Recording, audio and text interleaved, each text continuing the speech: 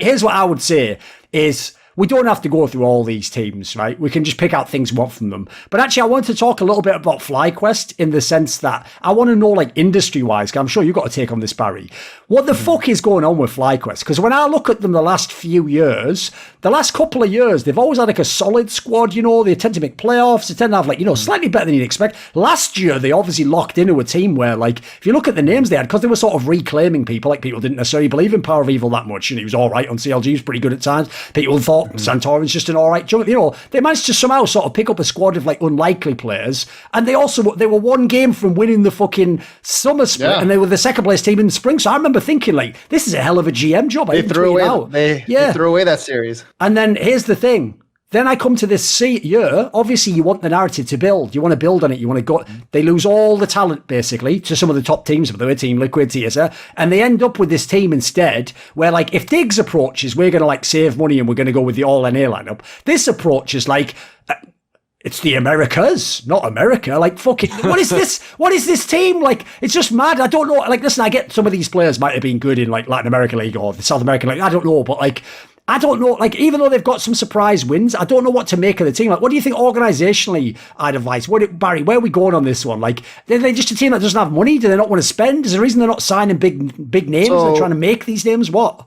So they were trying to run back their roster from last year. They actually really wanted to run it back. But the problem is that you had players that are coming up on contract. And in some cases, some players were actually willing to, like, not take a pay cut, but not make as much as they would in free agency if they stay together. Yeah.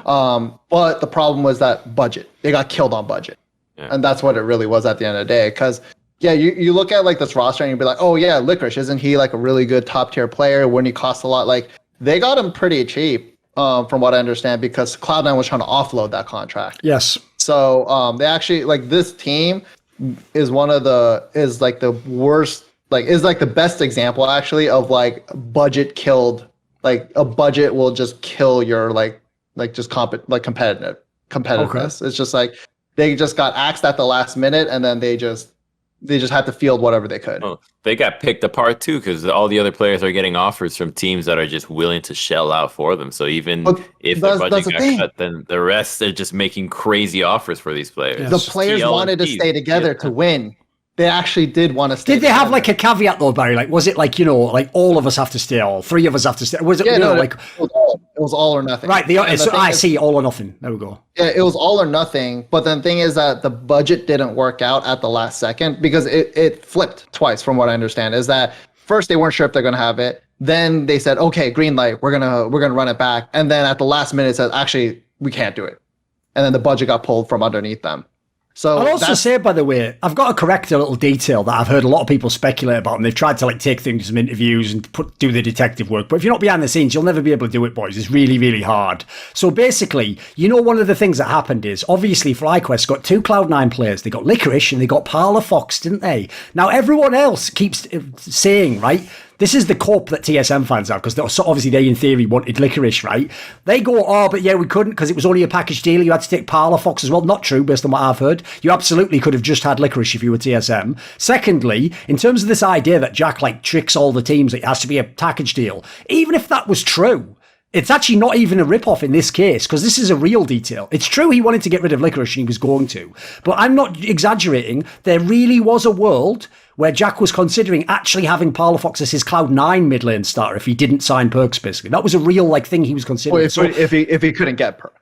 Like, essentially, that was a real option to him, yeah. Because here's the thing, in his mind, you kind of saw it in the interview I did with him, he thought to himself, I sort of have three options, don't I? I go big and I break the bank and I get Perks and I try and win everything.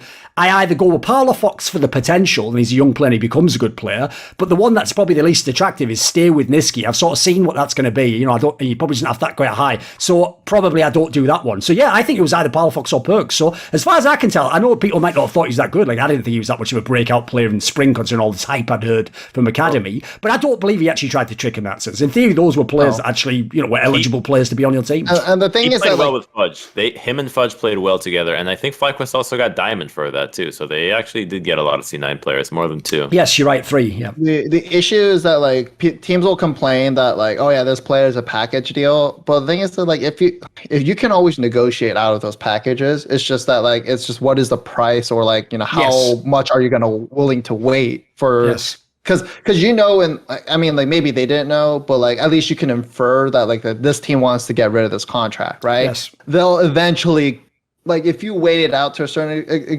degree, then you can actually like make it work, especially if you like really just like kind of put in the time and effort.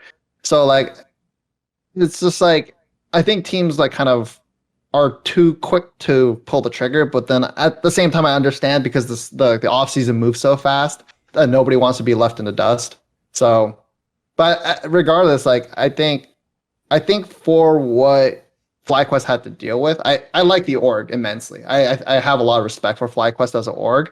I think they just got shafted by budget, and they made the best of what they could, honestly.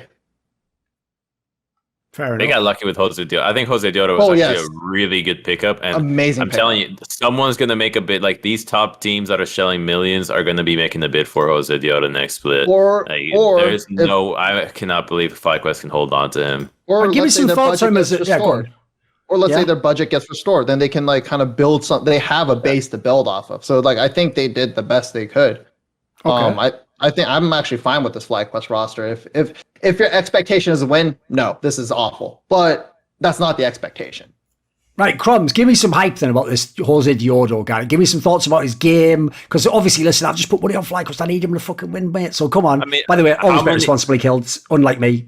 How many junglers do you look at and then you're underwhelmed in their mechanics, right? They're just thinking, I'm as far. Like, it's half the time, right? Half the junglers you look at are always running it down mechanically. That is the one area that Josedeodo has that I just have not seen with any other jungler so consistently. Mechanically, this guy rarely is messing up. Like he is so good at just pulling off mechanical outplays in the jungle that you could just have a carry jungler. When the meta shifts to be more carry junglers that actually demand mechanics like KD carries, or even when he was playing things like Olaf, he was looking so good that this is what I think other teams will want. Just an aggressive guy that has the hands to back it up, and that's better than half the league already, right? That's better than half the league, and he speaks English.